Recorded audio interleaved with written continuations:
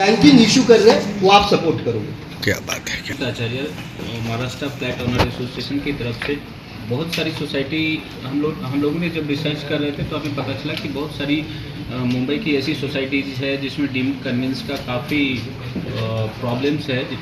तो हमारी संस्था ने एक स्ट्रक्चर्ड वे में डीम्ड कन्वेंस को फैसिलिटेट करके डीम्ड कन्वेंस लाने का प्रोजेक्ट बनाया है, जिसमें कि फ्लैट ओनर्स को फ्री में हम कंसल्टेशन और सर्विस प्रोवाइड कर पाएंगे डीम्ड कन्वेंस के लिए। और जितने भी सोसाइटीज़ इसमें आवेदन करेंगे हमारे थ्रू, उनको हम फैसिलिटेट करके डीम्ड कन्वेंस की सर्विसेज देंगे। जैसे कि हम सब ने देखा और सब ने डिस्कस किया ये पैनल पे, डायस पे जितने भी जन हैं, एक ही एजेंडा है हमारा कि हम जो फ्लैट बायर्स हैं या तो वो रीडेवलपमेंट में गए हैं या वो खुद अपना पैसा लगा के सपनों का घर खरीद रहे हैं, उसकी पोजेशन की डिले हो जाती है। कई बार ऐसा होता है कि डेवलपर्स एफएसआई चोरी कर लेते हैं। एफएसआई चोरी क्या है ये किसी को नहीं पता है। एफएसआई है क्या? बिल्डर क्या हमें अपनी जेब से रीडेवलपमेंट करके दे रहे हैं? नहीं, उसके लिए गवर्नमेंट एंटिटी है, अथॉरिटी है जो उनको एफएसआई देती है। जैसे कि एग्जांपल, अगर हमारे पास 1000 स्क्वायर मीटर जगह है जो रीडेवलपमेंट में जा रही है, उनको एफएसआई मिला है 2 का, एफएसआई 2 मिला है, तो यानी कि उसको वो 2 से मल्टीप्लाई करेंगे, 1000 उनको एडिशनल मिला है। वो सेलेबल कंपोनेंट है जिस पे वो फ़ायदा उठाएंगे। अगर एक सेलेबल कंपोनेंट पे उनको 25 लाख रुपीस का फ़ायदा होता है डेवलपर को, तो आप इमेजिन कीजिए कि उनको कितना बेनिफिट होता है। लेकिन जो रीडेवलपमेंट की बिल्डिंग होती है उसमें जो कॉर्पस फंड भी वो उनको देते नहीं हैं, उसमें वो प्लानिंग चेंज कर देते हैं, जिसको कॉमन मैन को उसके बारे में कुछ जानकारी नहीं है, कुछ मालूमात नहीं है। अगर एक एसआरए बिल्डिंग बनती है तो उधर पार्किंग होना ज़रूरी है, ड्रेनेज लाइन का प्रॉपर होना ज़रूरी है, उधर आंगनवाड़ी का होना ज़रूरी है, वेलफेयर सेंटर का होना ज़रूरी है। बट अगर हम देखें अपने आसपास, ऐसी कोई भी प्रॉपर रीडेवलपमेंट बिल्डिंग हमें नहीं दिखती है और कॉमन मैन फिर सफ़र करता है। इन सब चीज़ों को मद्देनज़र रखते हुए हमारी ऑर्गेनाइजेशन इन इश्यूज़ को, कॉमन मैन के इश्यूज़ को एकदम ईजीली उनके लिए ईजी करके उनको सपोर्ट करेगी, उनको लीगल कंसल्टेंस प्रो बोनो पे देने की कोशिश करेगी। यही हमारा मेन विजन और एजेंडा है कि जो कॉमन मैन के राइट्स है पर्टेनिंग टू सपनों का घर, उसको वो प्रॉपरली मिले, ना कि डेवलपर उसको बीच में खा जाए। क्या बात है, क्या बात है। सबसे अहम मुद्दा ये है, फ्लैट ओनर्स के प्रति फ्लैट ओनर एक ऐसा इनोसेंट शिकार है कि सब खूंखार शिकारी उसको शिकार की तरह से नोच नोच के खाते हैं।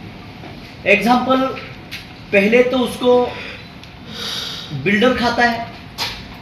बिल्डर पहले उनको सपना दिखाता है, उनका घर लूट लेता है, पहला पुराना वाला, नया घर देता ही नहीं। 8 माले की बिल्डिंग है और 10वें माले पे फ्लैट देता है, मतलब 8 माले का परमिशन है, 10वें माले पे फ्लैट दिया जाता है, जहां की फ्लैट कभी उसको वर्चुअली मिलेगा, कभी मिलेगा ही नहीं। अगर देता है तो एक ही फ्लैट 10 लोगों को बेचा, फिर पुलिस स्टेशन में जाता है या पुराने स्ट्रक्चर के पास जाता है तो उसको उसी के ही बाउंसर धक्के मार के निकालते हैं।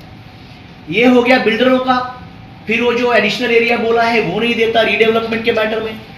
अगर बुकिंग किया है, फ्रेशर है अगर सेलेबल में, तो फिर उनको जो कमिटमेंट किया है वो एमिनिटीज नहीं देता। Additional area, carpet area, super carpet area, इसमें घपले कर किया जाता है। ये बिल्डर का हो गया नोचना। दूसरा, फ्लैट के हाउसिंग लोन के प्रति वो एक हाउसिंग लोन ट्रैप चल रहा है। हाउसिंग लोन की जो कंपनियां हैं, ये जो एनबीएफसी नहीं आई है, इनका मिलीभगत है कुछ सरकारी अफसरों के प्रति। जो सरफेसी एक्ट में जिनको पावर्स दिए हैं, उनको पावर इसलिए दिए हैं कि बैंकों का पैसा ना डूबे, डिपॉजिटर्स का पैसा ना डूबे। लेकिन ये डिपॉजिटर्स के पैसे से जो बैंक चलती है, ये तो पब्लिक फंड से चलती है। लेकिन लोन का झांसा देके, लोन का स्वीट नेम दिखा के उनको ट्रैप किया जाता है। 5-10 लाख रुपए डाउन पेमेंट भरा, 20-25 ईएमआई भरे, 4 ईएमआई क्या चुकते नहीं किए, तुरंत आ जाते हैं सब। नोटिस आ जाता है कलकत्ता से, अरे भाई मैंने फ्लैट का लोन इधर लिया मुंबई में, नोटिस आ रहा है कलकत्ता से। नोटिस होता है आर्बिट्रेशन का, आर्बिट्रेटर वहां पे बैठता है, अवार्ड पास करता है एक्स पार्टी, और वो गलत एड्रेस पे भेजता है या तो मेल पे भेजता है। नोटिस प्रॉपर सर्व नहीं होती, आर्बिट्रेशन का अवार्ड पास हुआ जाता है और आर्बिट्रेशन के अवार्ड के बाद उसका एग्जीक्यूशन लोकल कोर्ट में या लोकल अथॉरिटी के सामने, जब भी कलेक्टर हो या फिर कोई मैजिस्ट्रेट हो, इनके सामने होता है, और एग्जीक्यूशन में भी उनको नोटिस मुहैया किया नहीं जाता, तो जो फ्लैट ओनर या जो लोन लिया है उसको मालूम ही नहीं होता इसके बारे में हुआ क्या है। फिर उसका ऑर्डर पास होता है, ऑर्डर पास होने के बाद तहसीलदार के पास एग्जीक्यूशन के लिए जाता है या तो कोर्ट कमिश्नर के पास जाता है, और बड़े साजा धाजा से, बड़े साजा बोझा करके एकदम पुलिस बंदोबस्त लेके आते हैं चाबी लेने, फ्लैट का पोजीशन लेने, बोलते कोऑपरेट करो। अरे this is the one type of trap. आपने हमें नोटिस नहीं भेजा, इसमें सरकारी अफसर शामिल है, सरकारी अफसर के 10-10, 5-5 करोड़ रुपए उनको हर हफ्ते हर महीने के जाते हैं, और ये सब स्कैम चल रहा है। इसमें 10 लाख रुपए उसने जो पुराना डाउन पेमेंट दिया वो डूब गया, जिसका लीगल खर्चा है वो डूब गया, जितने ईएमआई भरे वो डूब गए, और उसको शिफ्टिंग करके घर एज इट इज घर का सामान के साथ सील किया जाता है। और ये लीगल अवेयरनेस ना होने के कारण और कानूनन टेक्निकलिटी के माइक्रो मिसयूज से ये सब किया जा रहा है। इसके बारे में हम कानूनी कड़क, एकदम कानूनी सख्त लड़ाई लड़ने जा रहे हैं। इसमें ये सब जो एनबीएफसी है, सब जो लोन ट्रैपर्स है, होम लोन ट्रैपर्स है, इनको सबको पूरा के पूरा सामने लाएंगे, और हर एक की लड़ाई, किसी को दुश्मनी किसी से लेने की जरूरत नहीं है। अगर कोई बिल्डर तकलीफ देता है या कोई लोन एनबीएफसी तकलीफ देता है, कोई बैंकिंग इंस्टीट्यूट, फाइनेंशियल इंस्टीट्यूट तकलीफ देता है, तो Maharashtra flat owner association flat owners के हित के लिए, उनके रक्षा के लिए, उनके कानूनन अधिकारों के लिए कड़ी और सख्त लड़ाई लड़ने जा रही है। दूसरा, रीडेवलपमेंट के नाम पे जो स्कैम हो रहे हैं, रीडेवलपमेंट में होता क्या है कि बिल्डर फ्रेंडली कमिटी मेंबर्स होते हैं। कमिटी मेंबर्स क्या होता है कि एक पुरानी बिल्डिंग है 1980 में बनी, और वो 1980 से अभी वो बिल्डिंग 45 साल की हुई, तो 45 साल के बाद बिल्डिंग रीडेवलपमेंट में जाती है, क्योंकि 4-5 माले की बिल्डिंग है, अभी एफएसआई बढ़ गया, तो वहां पे 20-25 माले का टावर बनेगा, एमिनिटीज बनेगी। तो फिर कोई बिल्डर आता है, ये तो एक तो लिफ्ट नहीं होता, लिफ्ट बंद पड़ता है, स्ट्रक्चरल ऑडिट होता है, स्ट्रक्चर खराब हो जाता है, तो बिल्डिंग गिरने की संभावना होती है। इसके कारण रीडेवलपमेंट का एक मैंडेटरी सामने इशू आ जाता है कि सिचुएशनशिप ऐसी होती है कि बिल्डर रीडेवलपमेंट में हमें रीडेवलपमेंट करनी पड़ती है, लेकिन सेल्फ रीडेवलपमेंट का ठीक से एनकरेज ना होने के कारण, अवेयरनेस ना होने के कारण कोई डेवलपर आते, कोई कुकिंग एजेंट आते। कुकिंग एजेंट क्या करते हैं कि बड़े बड़े झांसे दिखाते, ए ले लेता है डेवलपमेंट के लिए और बी को दे देता है, फिर वो अपना हिस्सा निकालता है, बी फिर सी को दे देता है। ऐसे कई कुकिंग एजेंट के कारण बिल्डिंग स्टॉल्ड रीडेवलपमेंट प्रोजेक्ट हो जाता है। और इसमें जो कमिटी मेंबर्स है, जो इनिशिएटिव लेते हैं, वो बिल्डर के साथ मिली भगत करके अंधेरे में उनसे कुछ पैसा लेके अपने सोसाइटी के वेलफेयर से ज्यादा खुद का वो एक हित देखते हैं, और ब्राइब जैसा ही है ये। और इसके कारण कई फ्लैट ओनर्स तकलीफ में आते हैं, और लड़ने की ताकत किसी में होती नहीं। कोई सीनियर सिटीजन होते, कुछ जॉब वर्क करते हैं, कोई से एम्प्लॉयमेंट करते हैं, छोटे छोटे लोग होते हैं मध्यम वर्ग के, वो लड़ाई लड़ नहीं पाते और डरते हैं कि अगर हम फ्लैट बिल्डर के खिलाफ हम लड़े तो हमारा जो है वो भी बिल्डर निकाल देगा, फिर लड़े तो कौन लड़े। 40 लोगों में से 4-5 कमिटी मेंबर बिल्डर फ्रेंडली होते, बिल्डर को पूरा सौंप देते, और बिल्डर पूरा तबाह कर लेता है। रीडेवलपमेंट के नाम पे मुंबई में, महाराष्ट्र में बहुत सारा स्कैम चल रहा है। इसके भी बारे में अगर कोई डेमोक्रेसी में ये बोलता, अगर सोसाइटी में कोई बोलता है कि मेजॉरिटी मैटर्स, मेजॉरिटी रूल्स, ये नाम पे मेजॉरिटी करते हैं, ऐसा दिखाते, लेकिन वो मेजॉरिटी नहीं होती। अगर मेजॉरिटी में ड्यू प्रोसेस ऑफ लॉ और अगर जो eligible norms of the redevelopment follow नहीं किए, तो मेजॉरिटी होने के बावजूद भी वो प्रोजेक्ट को हम लोग रोक सकते हैं, अगर वो बिल्डर का फ्रेंडली हो या बिल्डर के प्रॉफिट मोटिव से कमिटी मेंबर्स ने उनके हित में किया हो। इसके ऐसे अगर कुछ प्रोजेक्ट होते हैं तो फ्लैट ओनर एसोसिएशन के साथ सब जुड़ जाए।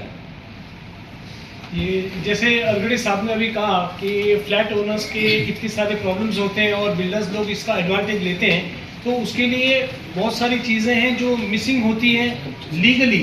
फ्लैट ओनर्स को अपने सारे डॉक्यूमेंट्स हमेशा रेडी रखने चाहिए, हमेशा क्लियर होना चाहिए। बहुत सारे ऐसे केसेस हैं जहाँ पर फ्लैट ओनर्स 40 साल पहले उनके फादर ने फ्लैट उनको पास किया, बट आज उनके पास ना सर्टिफिकेट है, कईयों के पास एग्रीमेंट्स नहीं है। तो सारा कुछ जो है एक्चुअली डिपार्टमेंट के पास होता है, और हमारे जो चैनलाइज के वजह से, एक संस्था के वजह से ये बहुत इजी हो जाता है कि उस फ्लैट ओनर को उस सर्टिफिकेट जो नहीं मिल रहा है वो सर्टिफिकेट हम दिला सकते हैं। पुराने एग्रीमेंट्स फट गए हो उसको हम लोग रेक्टिफाई करके दे सकते हैं। तो देयर आर मल्टीपल थिंग्स, इसमें ट्रांसफ़र की डीड है या उनके डॉक्यूमेंट्स के अंदर कुछ लोगों ने स्टैम्प ड्यूटी नहीं भरी है। सो पुराने टाइम में जो था वो सिस्टम अभी तक चलते आ रहा है, और उनके पेरेंट्स ने कहाँ वो डॉक्यूमेंट्स रखा है वो उनको पता नहीं है। So loss of agreements, loss of anything, our association will support. आप आइए हमारे पास, वी हैव ऑनलाइन, आप ऑनलाइन भी सारा कुछ देख सकते हो, और इसके ऊपर हमें आप अपना क्वेश्चंस भेज सकते हो। पात्र अपात्र हा महाराष्ट्रातला किंवा मुंबईतला मोठा विषय आहे। हा पात्र अपात्र सगळे जेव्हा SRA मध्ये, म्हणजे आपली मुंबईची जी लोकसंख्या आहे त्या लोकसंख्यामधली 60% लोक हे आपल्या SRA मध्ये राहतात, 60% लोक। आणि ही 60% लोकांची फक्त कधी त्यांचा विचार केला जातो इलेक्शनच्या वेळेस त्यांच्या वोटिंगसाठी। सर, हे पात्र अपात्र काय आहे ह्याचा कुणी अभ्यास केला का? आज ह्याच्यातले कितीतरी आपली लोक असतील जी SRA मध्ये आहेत, त्यांना रूम मिळणार आहे। सर, या पात्र विषय आहे जे अवैध कब्जे घेतले जातात फ्लॅटवर, त्याचे प्रकरण एवढी वाढलेली आहेत तर त्यावर कुठेही काही नोंद केली जात नाही आणि त्यांना न्याय मिळत नाही। तर कोणतेही ओनर्स जे असतात, सपना रहता है कि मेरा खुद का घर चाहिए।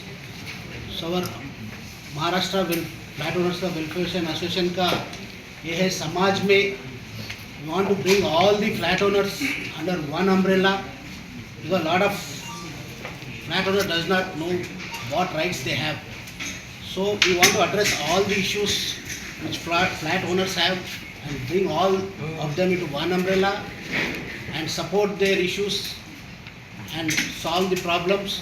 So मैं अपील करता हूँ सब जनता को कि जो भी फ्लैट ओनर्स है सो हमारा मोफा से जोड़ो, क्योंकि मोफा हमारा नहीं सबका है। So we want to give a strong support to the flat owners in the society so that उनका सपनों का साकार जो घर चाहिए, so we can provide all the rights. That's the main motive of our MOFA. So that is the reason we have come forward to this one. Maharashtra flat owner welfare association ने एक product भी introduce किया है for the in good faith of flat owners. इन लोगों को जो है बेसिकली जितने भी ब्रोकर्स जो हमारे एसोसिएशन के साथ जुड़े हैं उन्हें मल्टीपल बेनिफिट्स के साथ में एक फ्लैट ओनर को भी बेनिफिट हम पास ऑन करते हैं, जो ब्रोकरेज फ्री जो प्लेटफॉर्म है जहाँ पर बहुत सारे जगह पर मल्टीपल ब्रोकर्स आ जाते हैं, तो उसके लिए काफ़ी इजी उसको सिस्टम को बनाया है। आप ऑनलाइन पर जब जाएंगे मोफा के तो आपको वो भी चीज़ों का डिटेल मिलेगा, और फ्लैट ओनर्स को और ब्रोकर्स को दोनों को कैसे विन विन सिचुएशन हो इन मल्टीपल फ्लैट्स की, जिसको चाबी भी मिलेगी because they are members of our association, and flat owners जो है उनको भी बेनिफिट मिलेगा for one side brokerage. So do visit our site mofa.com। क्या बात है, क्या बात है। जैसे इश्यूज को कवर करने की कोशिश करी। Maharashtra flat owners welfare association MFOWA वो फ्लैट ओनर्स वेलफेयर एसोसिएशन है, यानी कि वो आवाज़ बन के आया है सारे फ्लैट ओनर्स का, या वो FSI की चोरी हो, डिलेड डेवलपमेंट हो, पोजेशन से लेके हो। सबसे अहम मुद्दा है डीम कन्वेंस, जिसके बारे में कोई अवेयरनेस नहीं है, वो अवेयरनेस हम समाज में लेके आना चाहते हैं। आप हमसे जुड़िए। अगर कोई डेवलपर आपको आपकी सोसाइटी पोजेशन देने के बाद वो प्रॉपर्टी, आपने एक फ्लैट खरीदा, फ्लैट आपके नाम पे हो गया, आपने स्टैम्प ड्यूटी भर दी, फ्लैट एक ज़मीन पे ऊपर वर्टिकल खड़ा है, हवा में है, ऊपर है, आप 13वें माले पे, 10वें माले पे, 12वें माले पे, you are coming from first floor to 11th floor. What is a play base, जो जगह है, जो ज़मीन है, वो आज भी ओनर और डेवलपर के नाम पे है। वो राइट आपको है, वो डेवलपर को आपको देना है, जो डेवलपर्स नहीं देते, जिसका इशू बाद में होता है जब बिल्डिंग खराब हो जाती है, उसकी कंडीशन खराब हो जाती है, रीडेवलपमेंट में जाना पड़ता है, फिर डेवलपर कहता है मैं ही डेवलप करूंगा मेरे टर्म्स एंड कंडीशन पे। वो ना हो, इसके लिए आप हमसे जुड़े। डीम कन्वेंस कैसे करना है, किसको चाहिए, किसके राइट्स है, ये हमारे राइट्स हैं as a flat owners, as a cooperative society. Building के साथ ज़मीन पे भी हमारा हक है। कल को रीडेवलपमेंट में जाना है तो हमारा हक है, वो कानूनी रूल ऑफ लॉ है, जिसके लिए हम पूरी मदद और सपोर्ट करेंगे। इसके लिए हम चाहते हैं आप आके हमारे साथ जुड़िए। This is the vision of MFOWA। क्या बात है, क्या बात है। डीम कन्वेंस, मैडम ने डीम के बारे में बहुत से पॉइंट्स को टच किया है, लेकिन डीम कन्वेंस में आज हो क्या रहा है। डीम कन्वेंस जहाँ पे भी जो भी सोसाइटी में डीम कन्वेंस होता है, बहुत सी सोसाइटीज़ को भी मालूम नहीं रहता कि डीम कन्वेंस यानी क्या है। डीम कन्वेंस जो 4 डिपार्टमेंट के अप्रूवल के बाद डीम कन्वेंस होता है। लोग बोलते हैं कि मैं जो भी वहाँ पे काम करने आता है बोलता है कि 6 महीने में मैं आपको डीम कन्वेंस करके दूंगा। होता नहीं है। 6 महीने का 1 साल होता है, 1 साल के बाद 2 साल होता है।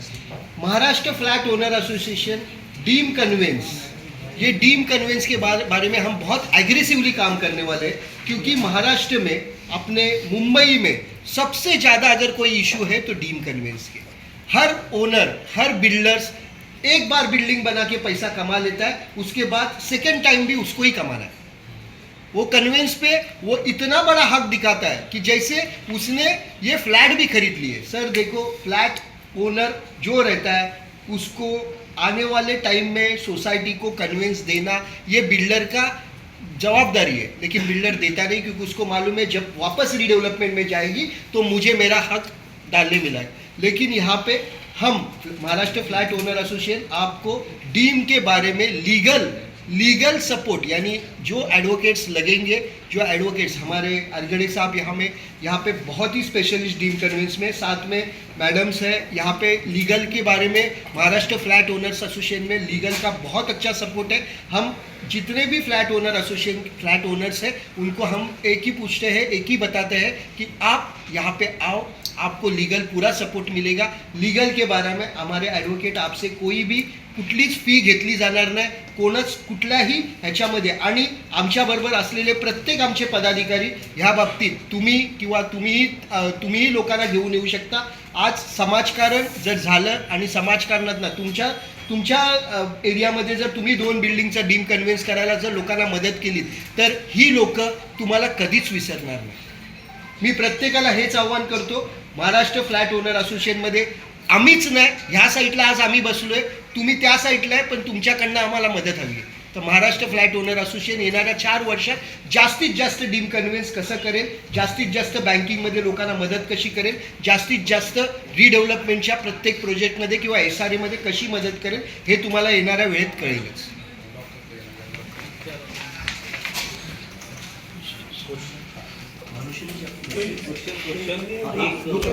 बस कर होता अभी आपको कोई अगर क्वेश्चन है तो आप क्वेश्चन यस यस मैं पहले क्वेश्चंस का 2 रील्स के अलग क्या दे रहे हो ना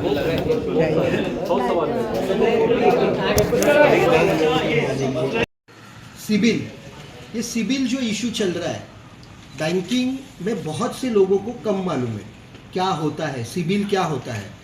मुझे एक चीज़ बताओ, मैं सबको एक सवाल करता हूँ कि सिबिल RBI की ऑथराइज बॉडी है? किसने पूछा आज तक? मेरा डेटा सिबिल में, मेरा डेटा अगर किसी को दिया जाता है तो लीगल है वो? कोई भी चीज़ का डेटा ये हो सकते गवर्नमेंट डिपार्टमेंट को दिया जाता है। सिबिल कोई गवर्नमेंट बॉडी है? नहीं है। आज हमें सिबिल के नाम से इतना डराया जाता है कि आपका सिबिल खराब हो जाएगा, आप इंस्टॉलमेंट भरो, आप इंस्टॉलमेंट नहीं भरोगे तो आपका सिबिल खराब होने के बाद आपके बच्चों को लोन नहीं मिलेगा, आपके वाइफ को लोन नहीं मिलेगा। इसमें बहुत से इश्यूज है, यानी इसमें हम 4 घंटा बात कर सकते हैं, लेकिन आज एक पॉइंट्स उसमें यह है कि सिबिल ये लीगल है नहीं। तो हम फ्लैट ओनर एसोसिएशन और आपके माध्यम से हम PI दाखिल कर रहे हैं हाईकोर्ट में सिबिल के खिलाफ। ये सिबिल RBI खुद बोल रही है, मेरे पास RBI के जितने भी पेपर्स है उसमें RBI ने कभी ऐसा बोला नहीं है कि सिबिल या हमारी एजेंसी कोई है, या सिबिल आप कोई भी बैंकर्स मेरा लोन का डिटेल्स किसी को भी नहीं दे सकती। आपने देखा है कि सिविल रिपोर्ट आप निकालते हो, आपके 10 साल के पीछे के लोन्स के डिटेल मिल जाते हैं, आपके गारंटर्स के डिटेल्स मिल जाते हैं, आपके जितने डिटेल्स है वो मिल जाते हैं। किसी को पूछ के दिया क्या? कभी किसी ने पूछा? आपने पूछा? आपके खुद के भी इसमें कितने इशू है? एक सिविल खराब हो गया। आज लॉकडाउन में कितने लोगों का इशू हुआ, और लॉकडाउन में आपको वेकेशन दिया गया ईएमआईज का। वो ईएमआईज का वेकेशन आपने लिया, आपको अच्छा लगा तब, लेकिन उसके बाद आपसे कितना इंटरेस्ट लिया आपने कभी देखा? रिड्यूसिंग ये कभी आपने सुना? इसमें बहुत से इशू है। मैंने आपको अभी थोड़े टाइम पहले बोला कि मैं इस पर बहुत कुछ बात कर सकता हूं, लेकिन मैं आपसे गुजारिश करता हूं कि आपने आपके चैनल से सिविल पे फ्लैट ओनर्स में फ्लैट्स ओनर जो है उनके हाउसिंग लोन्स है, इसमें जैसे सिविल आता है वैसे पूरा बैंकिंग आता है। बैंकिंग में आप फ्लैट्स सीज किए जाते हैं, क्यों सीज किए जाते हैं? देखिए कभी सीजिंग की प्रोसेस किसने देखी है? आपको नोटिस आने के बाद आप क्या करते हो? नोटिस आ गया, आप डरते हो, भागते हो, कुछ करते हो। 13(2) आया, 13(2) के बाद आपने कभी जवाब दिया? क्या है 13(2), क्या है 13(4)? ये महाराष्ट्र फ्लैट ओनर एसोसिएशन आपको ये हर चीज से सपोर्ट करेगी। हम बैंकों के साथ गलत नहीं करेंगे, लेकिन हम हमारे एसोसिएशन में आने वाले ओनर्स को इससे कैसे बाहर निकलना है। एनपीए, अरे हर जगह पे मैं सुनता हूँ एनपीए, मैं एनपीए हुआ। एनपीए होने के बाद क्या मर गया क्या आदमी? अपने इंडिया में एनपीए के बाद आदमी मर गया ऐसे लोग सोचते हैं। हमारा समाज भी उसको इतना गलत तरीके से देखता है कि एनपीए होने के बाद आपके बाजू के घर में, आपको सबको एक सवाल है, आपके बाजू के घर में अगर कोई इंस्टॉलमेंट ले एक्शन करें। Yes mobile silent. Maharashtra flat owners welfare association में आप सबका स्वागत है।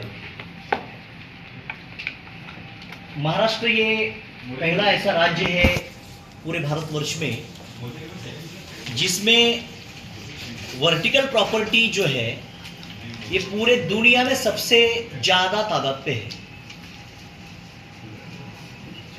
फ्लैट ओनर्स और वर्टिकल प्रॉपर्टीज इसमें कंपैरेटिवली अगर देखा जाए तो अपनी जो पॉपुलेशन डेंसिटी है वो पूरे वर्ल्ड में नंबर 1 है। अपनी मीन्स द मुंबई रेडियस। इसलिए यहाँ पे शेल्टर, यहाँ पे ज़्यादा रहने वाली तादाद ज़्यादा है, आबादी ज़्यादा है, इसलिए शेल्टर का जो प्रॉब्लम है, जैसे ड्वेलर्स का हो, पक्के घरों का हो या बिल्डिंग में रहने वाले फ्लैट्स का हो, ये इनके कई सारे इश्यूज पिछले कई सालों से चलते आ रहे, 2 शतकों से चलते आ रहे। 1850 से लेकर ये समस्याएं मुंबई रेडियस में, महाराष्ट्र में ज़्यादातर पे है। इसमें ज़्यादा समस्या ऐसी है कि एक तरफ से बिल्डर है जो फ्लैट मुहैया करते हैं और एक तरफ से फ्लैट ओनर है जो फ्लैट खरीदते हैं। ये हो गया पक्के घरों के बारे में। हम लोग अगर बोलेंगे कि स्लम में क्या है या कच्चे घरों में क्या है, सब तो पक्के घर में नहीं रहते, सब कुछ लोग तो अभी स्लम में रहते हैं या स्लम यानी कि कच्चे घरों में भी रहते हैं। तो उनको ग्राउंड लैंड में होने के कारण और बड़ी आबादी होने के कारण वहाँ पे डेवलपर जाते, बिल्डर जाते, उनको बोलते कि भैया आपको हम यहाँ पे बिल्डिंग तैयार करेंगे, बिल्डिंग खड़ी करेंगे और उसमें आपको घर देंगे। ये कमिटमेंट करते हैं, इसलिए वो ज़मीन खाली करते हैं, पुराना जो है उनका जो शेल्टर है वो खाली करते हैं और उसके बाद वो ज़मीन का कब्जा डेवलपमेंट के स्वीट नेम पे वो किया जाता है। उसके बाद में उनको ना भाड़ा मिलता है, ना घर मिलता है, ना कन्वेंस मिलता है, ना कुछ मिलता है। ऐसे कई सवाल अपने मुंबई रेडियस में, महाराष्ट्र में फ्लैट ओनर्स के बारे में सदियों से चलते आ रहे हैं। अभी फ्लैट ओनर्स ये डिसऑर्गेनाइज हैं, ये असंगठित हैं, इसलिए इनकी तरफ से लड़ाई लड़ने के लिए कोई मंच, प्रॉपर तरीके से प्लेटफॉर्म नहीं था। ये मद्देनज़र रखते हुए हमारे founder chairman mister CS Reddy ji ने एक कॉन्सेप्ट ऐसा किया कि इसमें जो फ्लैट ओनर्स डिप्राइव हो रहे हैं, जिनके राइट्स वायलेट हो रहे हैं, जिनके ऊपर अन्याय हो रहा है, और एक फ्लैट ओनर छोटा एक अहम हिस्सा होता है सोसाइटी का, वो हजारों करोड़ के बिल्डर से नहीं लड़ पाता। इसलिए संगठित रूप से उनके लड़ाई, मतलब हम उनके बिल्डरों के दुश्मन नहीं है। टेक्निकल लड़ाई ऐसी होती है कि बिल्डर जमीन ले लेते हैं, उसके जगह पे कोई स्ट्रक्चर खड़ा करते हैं और स्ट्रक्चर खड़ा करने के बाद उसमें जो रिहैबिलिटेशन वाले हैं उनको घर नहीं देते, बुकिंग वाले से घर का पैसा लेते हैं, ना बुकिंग वाले को देते हैं ना रिहैबिलिटेशन के जो डिप्राइव्ड ड्वेलर्स को है उनको नहीं देते। तो ऐसे कई सालों से चलता आ रहा है। इसको एडमिनिस्ट्रेटिव सपोर्ट मिलता है, पुलिस का भी उनको सपोर्ट मिलता है, कलेक्ट्रेट का सपोर्ट मिलता है, सब लोगों का सपोर्ट इनको मिलता है क्योंकि उनके पास पैसा होता है। इसलिए हमारे जो डिसऑर्गेनाइज जो फ्लैट ओनर्स है और जो फ्लैट सीकर्स है, जिसके पास फ्लैट है वो फ्लैट ओनर है, लेकिन जिसने बुकिंग किया, जिसने पुराना घर उसका गया, उसके बदले में उसको घर देने का कमिटमेंट किया, he is a flat Sikar. Flat owners और फ्लैट सीकर्स ऐसे दोनों को उनकी लड़ाई लड़ने के लिए ये Maharashtra flat owners welfare association बहुत ताकत से काम करने जा रहा है। तो इसमें फ्लैट ओनर्स के जितने भी प्रश्न हैं, जितने भी समस्याएं हैं, उसके लिए प्रॉपर तरीके से कानूनी लड़ाई लड़ने के लिए बड़ा मंच तैयार किया गया है। और उस मंच में हम आपका सबका स्वागत करते हैं। फ्लैट ओनर्स को हम अपील करते हैं कि ये मंच के साथ आप जुड़ जाइए। और सबसे ज़्यादा अहम मुद्दा है कि फ्लैट ओनर जो बिल्डिंग में रहते हैं और मेंटेनेंस पर्पस के लिए जहाँ पे हाउसिंग सोसाइटी बनाई जाती है, अपार्टमेंट बनाए जाते हैं, उनके जो अपार्टमेंट के इश्यूज़ हैं, सोसाइटी के इश्यूज़ हैं, वो अलग है। क्योंकि फ्लैट में ले लेता हूँ, 50 साल के पहले हमारे पुरखों ने फ्लैट ले लिया, मेरे ग्रैंडफादर ने फ्लैट ले लिया, अभी बिल्डिंग डिलैपिलेटेड पोजीशन में आया तो बिल्डिंग बीएमसी वाले ने नोटिस दे दिया कि आप इस बिल्डिंग में नहीं रह पाते हो क्योंकि बिल्डिंग डेंजरस हो गई है, बिल्डिंग गिर जाएगी। इसको ऐसा नोटिस देख के हमें वो फ्लैट ओनर्स को पूरा निकालते हैं, घसीट के निकालते, पुलिस के बंदोबस्त में उनको निकाला जाता है और वो बिल्डिंग तोड़ी जाती है। तब सवाल आता है कि फ्लैट तो हमने लिया था, लेकिन अभी फ्लैट का स्ट्रक्चर खराब हो गया, फ्लैट तो स्ट्रक्चर में चला गया, अभी जो हम लोग जाए कहाँ।